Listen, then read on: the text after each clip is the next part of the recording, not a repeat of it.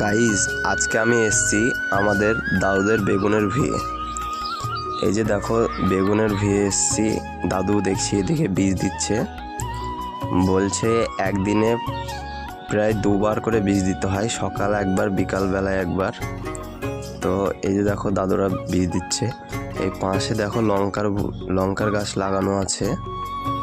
এই লঙ্কাগুলো হয়ে গেছে, বেগুনের ফুল জ্বালিয়ে এসছে, এখনো বেগুন হয়নি ভালো। এই যে দেখো একটা বেগুন দেখতে পেলাম, আর পুরো গাছে ফুলে ভর্তি।